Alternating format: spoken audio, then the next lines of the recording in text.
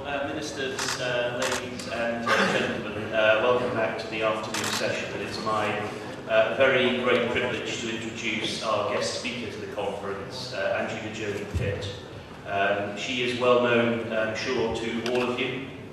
You will know that she is a committed and dedicated supporter of human rights and specifically the plight of refugees. So these are the reasons why this summit is so important. I thank the UN, the UK government, and its co-hosts for the communiqué that they have put forward today, reaffirming peacekeeping as an indispensable part of the response to threats to international peace and security.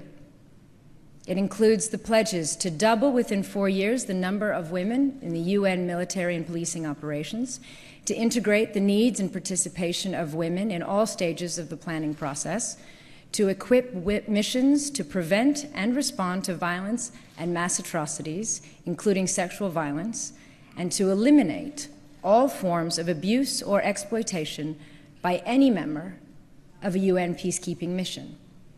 These are vital commitments. The fact is that increasing the number of UN peacekeepers alone will not be enough to resolve the conflicts we are experiencing. It has to be accompanied by a new way of conducting peacekeeping, one that has the rights and protection and involvement of women at its heart.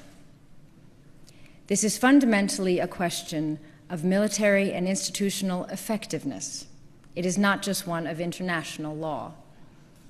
One of the core functions of peacekeeping, if not the most important, as we all know, is civilian protection.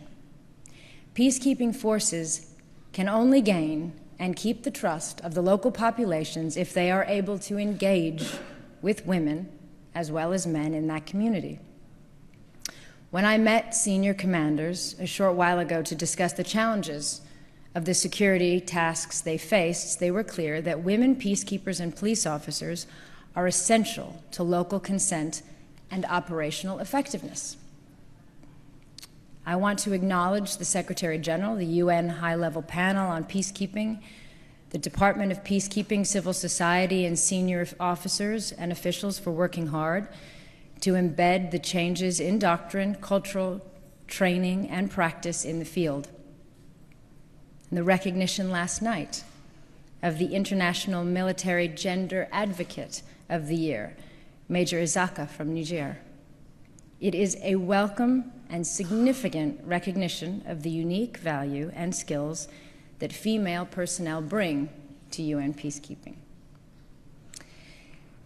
In my view, there is a dividing line between nations that are prepared to commit to this moment, to understand all that is necessary and all that we are capable of achieving together, and those who are not.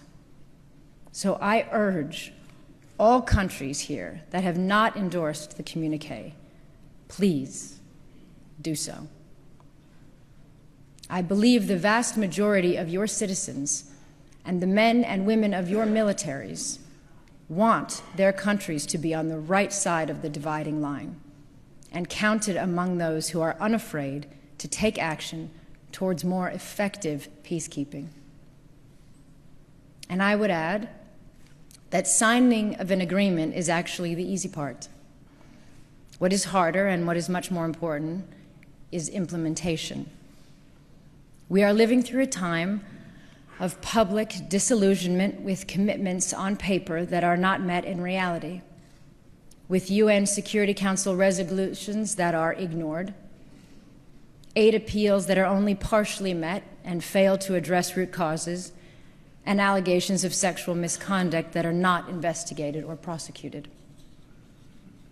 In my view, from my experience in the field, prosecutions around the world would mean more to the survivors of violence than any number of new Security Council resolutions. And that is all that they want and all that they ask for.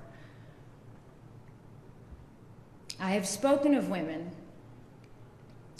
as victims and survivors of conflicts. But women are not passive actors.